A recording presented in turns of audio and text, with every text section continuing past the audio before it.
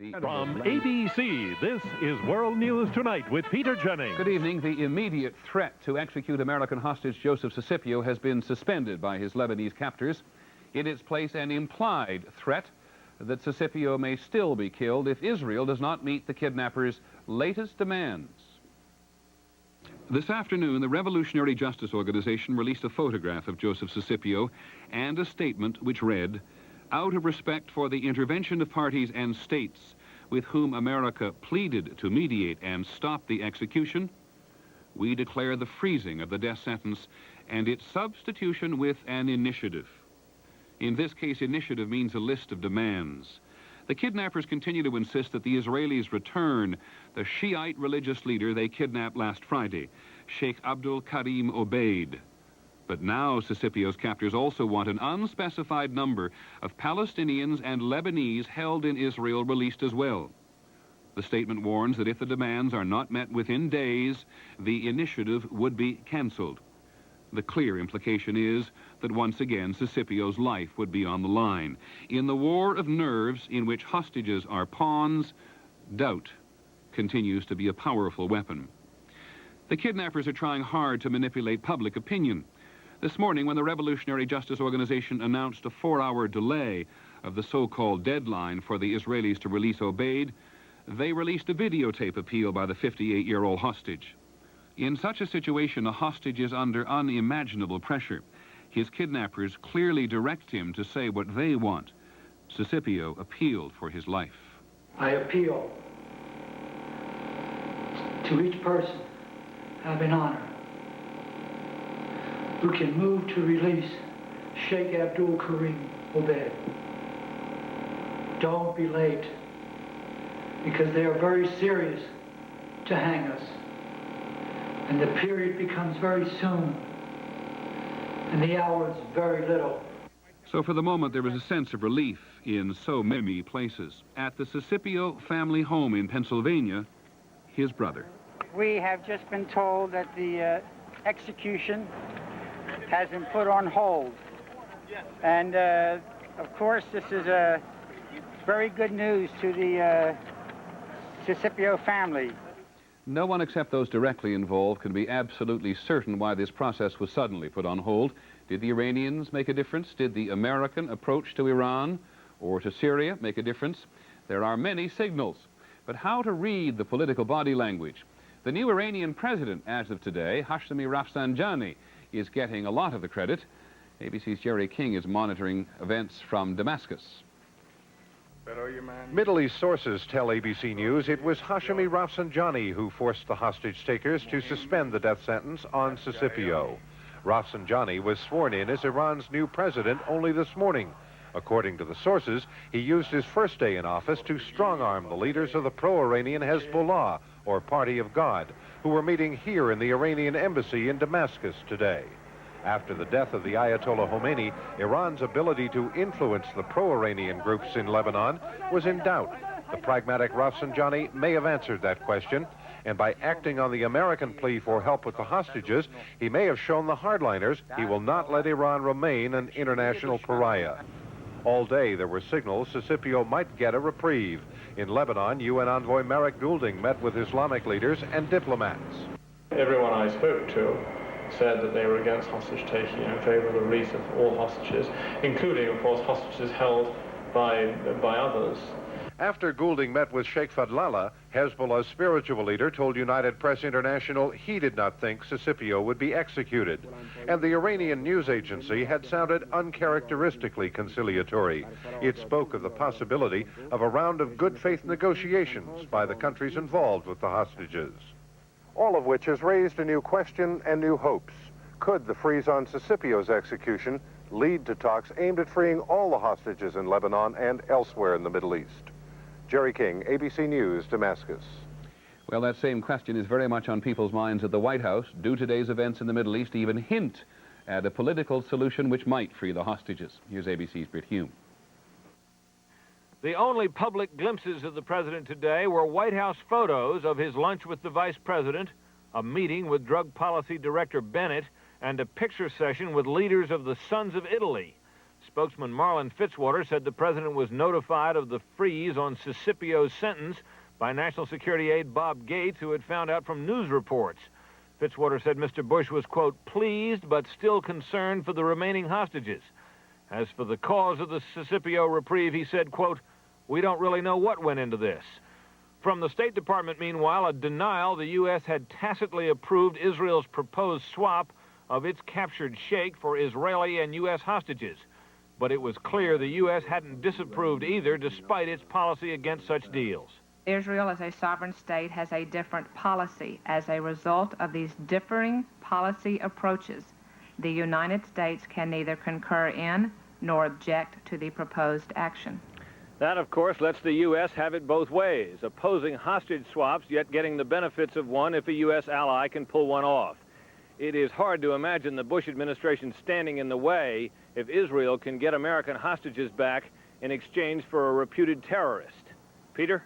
Britt, I'd like to go back to the Iran question for just a moment. This is the day on which, as we said, Rafsanjani, a pragmatist among more radical men, became Iran's president. Is there any hint there at all for the United States? Well, the president and his men certainly hope that Rafsanjani was helpful in this. They have cast out a wide net of diplomatic lines to various places, and they clearly believe here that something there paid off. But they don't know exactly what, and the closest thing we could get today to an expression of belief that Iran was any real help was the remark at the State Department that went like this, that we do not think that we do not think that there's any reason to believe that Iran is not taking this seriously. A double negative and certainly not a strong endorsement. On Peter? the subject of pragmatism, the Bush administration has been careful to point out that they don't think military power is the answer. Been knocking that down again today. Well, we're repeatedly told that while there is some U.S. military movements that have placed carriers and other ships in the vicinity so that military action could, of course, be taken, we'd be prepared for it. We are again and again told not to read any great significance into that, and that most of those actions were going to be taken anyway. Okay, Britt Hume, thanks very much. At the White House, in a moment, a sense of relief in Israel, but no change in the Israeli position. Israel today said it would not release Sheikh Obaid or any other prisoners unless Israeli soldiers believed held in Lebanon were part of the exchange as well. But as ABC's Don Kladstrup reports from Tel Aviv, the Israelis are more than happy to see this become an international effort. The reaction in Israel was one of great relief, but officials are not about to release Sheikh Obaid just yet. Defense Minister Yitzhak Rabin said this evening the government is now studying Hezbollah's message. If the information that came over from Beirut is a serious one about exchange of our prisoners and others for the Shiites that are arrested in our jails, we'll look at it positively. The Israelis keep restating their offer to swap Obaid and other Shiite prisoners for Israelis and all foreign hostages held in Lebanon.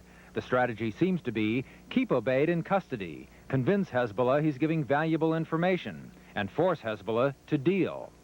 Israel is also trying to put more international pressure on Iran to exert pressure on the hostage takers. Foreign Minister Moshe Arens today urged Japan's ambassador to use his country's influence. Japan buys a lot of Iranian oil. Other officials consulted with ambassadors of countries with hostages in Lebanon to seek their advice. It's partly a campaign by the Israeli government to justify its kidnapping of Sheikh Obaid. In our small way, we believe we are fighting terror in a way which other countries have not yet decided to fight. A crisis task force has been formed to monitor developments and determine possible moves. But it's not like chess, said one official. It's more like hardball, without any rules. Don Kladstrup, ABC News, Tel Aviv.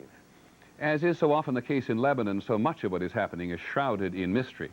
When the Israelis kidnapped Abdul Karim Obaid from his village of Jibshit, they described him as the regional leader of Hezbollah.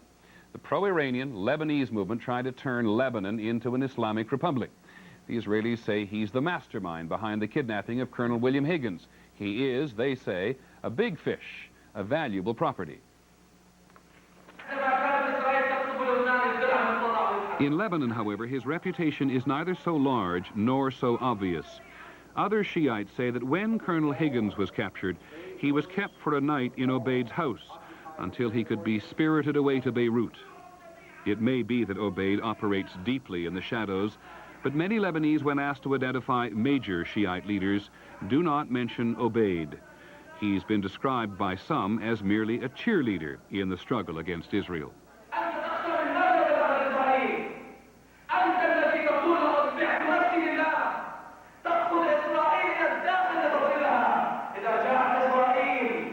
And yet, as a regional religious leader of men prepared to die in the name of Islam, his exhortations have power. غالبا المجاهد ينطلق بحالة بكاء وحالة روحية عظيمة بعد الدعاء وقراءة القرآن وغيرها. فهذا إذا لما يصل إلى خاصة العدو يصرف وجهه بصرخات الله أكبر الله أكبر. According to a British documentary in which Obaid was briefly featured, the day after he spoke to these men, they photographed themselves storming what they claim was an Israeli position in southern Lebanon. لا يفكر المقاتل بمسألة النصر أو بمسألة كم سيربح. يفكر المقاتل بأنني أنا منطلق للشهادة. And here's the irony. The majority of Lebanese living in southern Lebanon are Shiite Muslims, and until a few years ago were actually Israel's tacit allies, as Israel fought the Palestinians in Lebanon. But the Israelis never went home. Today, with Iran's encouragement, men like Obaid are Israel's implacable enemies. نحن نعتقد كما قلت أول كلام بأن بجمهورية العالم قائدها صاحب الزمان الذي سيظهر، والآن نحن نهيئ دائما إلى أن تكون العالم كله في عدالة. And finally, for this evening on this struggle, listen to the words of the Israeli defense minister 3 years after the Israeli invasion of Lebanon in 1982. The worst result of this war, Yitzhak Rabin said, is that we let the Shiites out of the bottle. If, as a result of this war, he said, we have replaced PLO terrorism with Shiite terrorism, then we've done the worst thing in our struggle against terrorism in general.